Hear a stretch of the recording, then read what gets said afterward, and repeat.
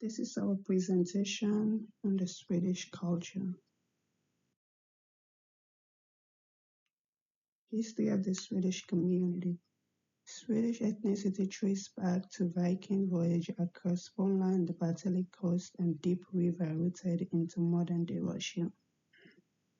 Sweden arose from earlier Germanic tribes and is considered a Scandinavian country that has a Germanic language.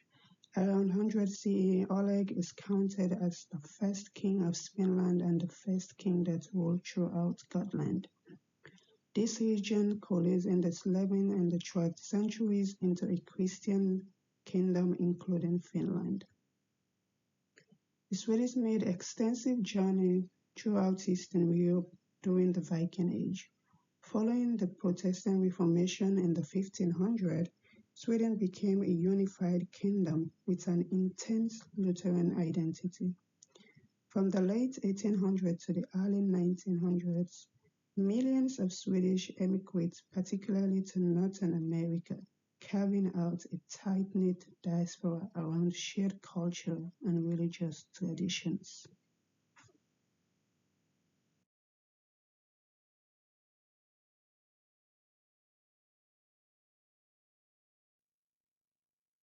Popular perception of health and illness of the Swedish community.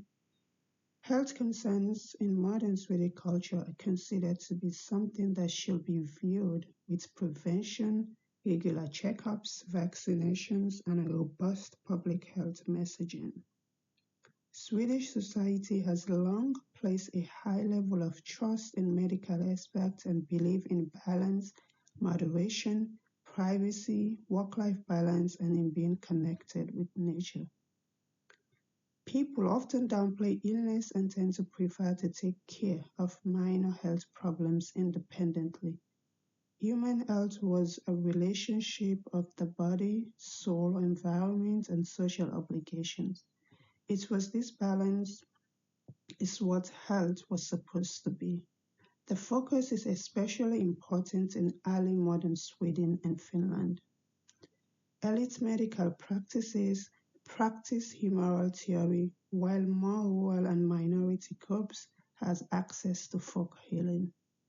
Susanna's bathhouse and grooming were a major part of daily health practices.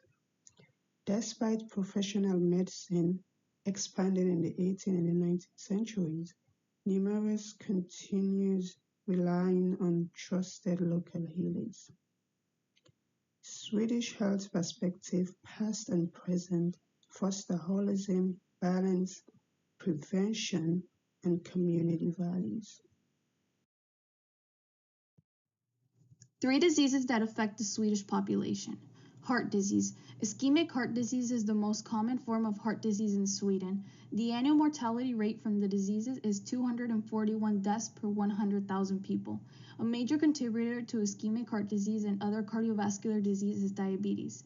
Major risk factors include high blood pressure and cholesterol, smoking, stress, lack of exercise, poor eating habits, and unhealthy weight. An estimated 31.1% of Swedes are physically inactive. Additionally, 59.2% are overweight and 22% are obese. During healthcare delivery, it must be taken into account that Swedish food can be very high in carbs and refined sugars, which are likely contributors to this problem. Respiratory diseases. Chronic obstructive pulmonary disease is the most common form of respiratory disease and frequently undiagnosed. About 500,000 people in Sweden have the disease. Every year, about 3,000 people die from COPD. Age is a contributor to the disease as well as smoking. Despite COPD diagnosis, many people continue to smoke until death. During healthcare delivery, it should be taken into account that smoking is a big part of Swedish culture. Alzheimer's disease and dementia. In 2012, an estimated 173,000 people in Sweden had dementia, accounting for 1.82% of the population. This is higher than the 1.55% average in the European Union. Alzheimer's disease and other forms of dementia contribute to 69.1 deaths per 100,000 people per year. These are some Swedish traditional healing methods. Swedish bitters. Swedish bitters is a high-proof herbal mixture consisting of 22 ingredients that has been used in Sweden since the 16th century. This natural herbal medicine is used to treat a variety of conditions such as digestive problems, insulin resistance, cleansing the body of toxins, reducing stress and anxiety, reduce inflammation, joint and muscle pain, or to diminish insect bites. According to a Swedish radio response, my home remedy for colds. Dissolve 2 throat lozenges into boiling water in a big cup. Squeeze half a lemon and pour in the juice. Add a splash of whiskey and honey.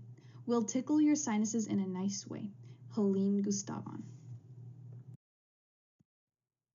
Ear infection. According to a Swedish radio response, a peeled garlic clove in your ear if you have an ear infection is very effective. Katrine Manison. Another listener added that it is important to wrap the garlic clove in a piece of cotton. Don't put it directly in your ear. Only half of the Swedish population practices religion in general, so this is not something very significant in Swedish cures. Swedish massage. A masseuse is a Swedish person that performs massage techniques. Benefits include improving blood circulation, easing stress and pain, boosting immunity, easing nerves, and draining lymph.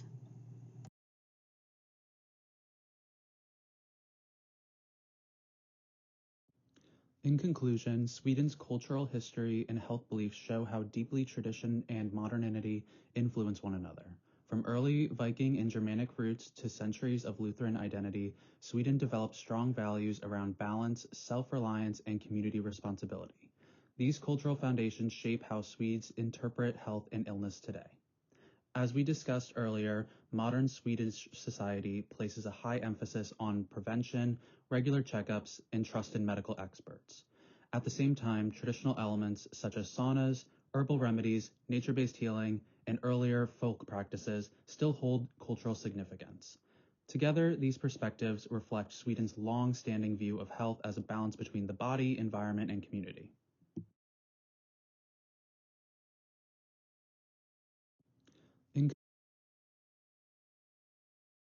At the same time, Sweden faces ongoing healthcare challenges, including serving an aging population, supporting mental health, and ensuring equitable access for immigrant and rural communities.